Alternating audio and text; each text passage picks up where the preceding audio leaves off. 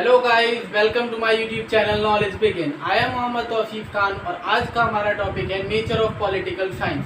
पिछले टॉपिक में हमने पढ़ा था कि पॉलिटिकल साइंस क्या होता है और उसकी कैरेक्टरिस्टिक्स क्या होती हैं। आज हम देखेंगे कि नेचर ऑफ पॉलिटिकल साइंस क्या है। जब हम नेचर की बात करते हैं पॉलिटिकल साइंस की, तो ये क्वेश्चन रेज होता है कि पॉलिटिकल साइंस जो है एक आर्ट है या फिर एक साइंस है।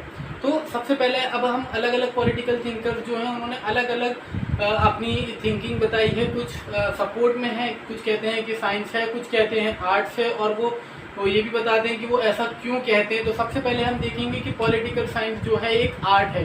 तो जो कहते हैं कि पॉलिटिकल साइंस एक आर्ट है, वो क्या क्या फैक्ट्स हैं और क्या क्या पॉइंट्स हैं। तो सबसे पहले हम वो पॉइंट्स देखते हैं। तो सबसे पहला पॉइंट है कि science is based on accurate result. Political science is not accurate is based on assumption. कि पॉलिटिकल साइंस जो है वो किस पर बेस्ड होती है? अजम्पशन पे। और अगर हम साइंस की बात करें तो साइंस जो है वो बिल्कुल एक्यूरेट होती है, उसमें रिजल्ट जो आते हैं बिल्कुल एक्यूरेट आते हैं। जो बिल्कुल आएगा वो 100% एक्यूरेट होगा, ये नहीं है कि वो अलग हो।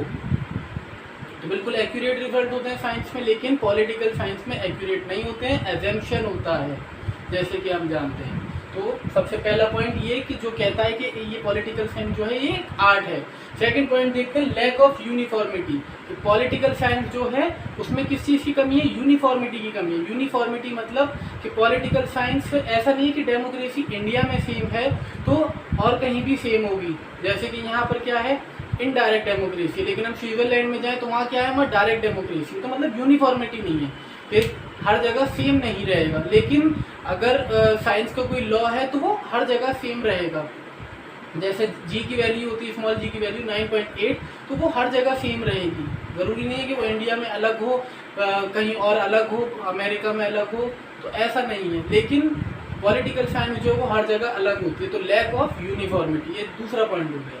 तीसरा पॉइंट है, subject matter of political science is concern with humans.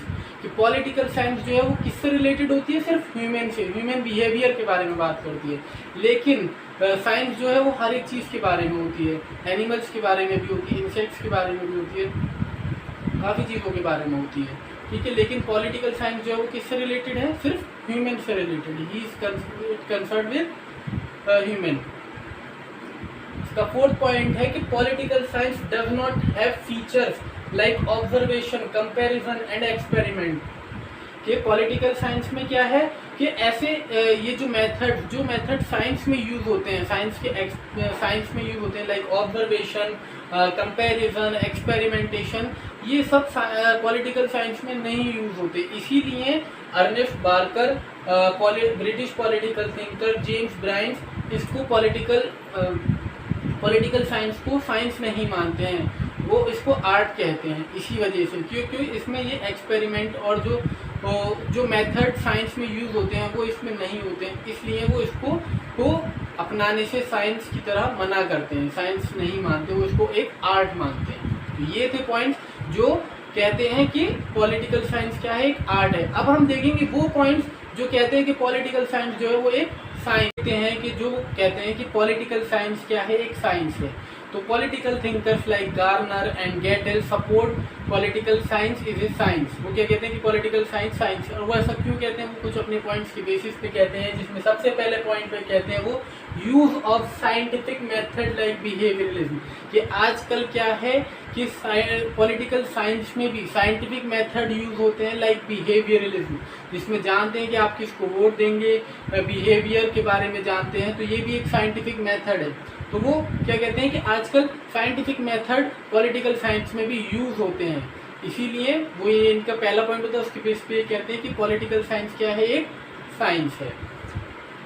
दूसरा, Aristotle called it is a master science. Aristotle, father of political science, क्या कहते हैं कि पॉलिटिकल साइंस क्या है? एक मास्टर साइंस है जो कि हर किसी से डील कर सकती है।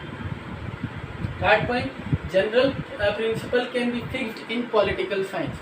कि जनरल प्रिंसिपल्स जो है वो पॉलिटिकल साइंस में फिक्स हो सकते हैं। ऐसा नहीं है कि मतलब हर कोई से प्रिंसिपल फिक्स नहीं होगा, कुछ जनरल प्रिंसिपल्स भी हैं जो पॉलिटिकल साइंस में फिक्स होते हैं।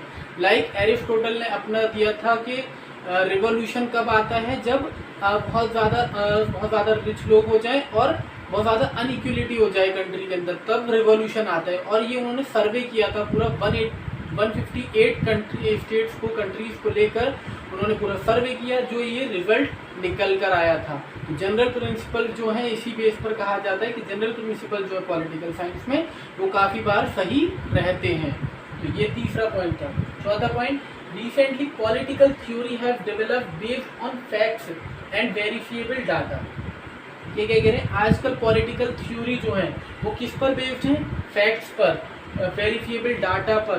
तो ये सब क्या है, ये सब साइंटिफिक मेथड ही तो है। तो इसके बेस पर लाइक एग्जांपल वो voting behaviour and theories of election, तो ये सब भी क्या है, ये सब साइंटिफिक मेथड्स है। तो आजकल ये पॉलिटिकल थ्योरी में ये सब यूज होते हैं। तो हम कैसे नहीं कह सकते कि पॉलिटिकल साइंस एक साइंस है, गार्नर एंड गेटल कहते हैं। लास्ट पॉइंट है इसका कि पॉलिटिकल साइंटिस्ट टुडे एम्प्लॉय सर्वे मेथड्स।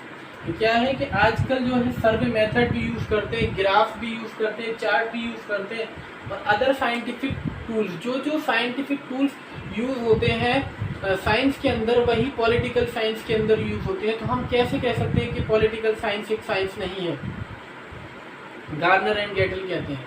तो ये सब पॉइंट्स थे जिनके बेसिस पे political thinkers like Garner and Gettell challenge that political science is a science, ये पॉलिटिकल साइंस साइंस क्यों नहीं है। तो ये कहते हैं इन पॉइंट के बेसिस पे। तो ये सब थे पॉइंट्स जो सपोर्ट में थे कि पॉलिटिकल साइंस जो है एक साइंस है। अब देखा जाए जनरली तो पॉलिटिकल साइंस क्या है, पॉलिटिकल साइंस जो है एक सोशल साइंस है, ठीक है, जो एक सोशल साइंस है। और political thinker like Robert Dahl कहते हैं कि पॉलिटिकल साइंस क्या है, ना तो ये पूरी तरीके से साइंस है, ना पूरी तरीके से आर्ट है, ये हम कह सकते हैं कि दोनों का मिक्सचर है। तो ये था nature of political science. Thank you, please subscribe to my YouTube channel.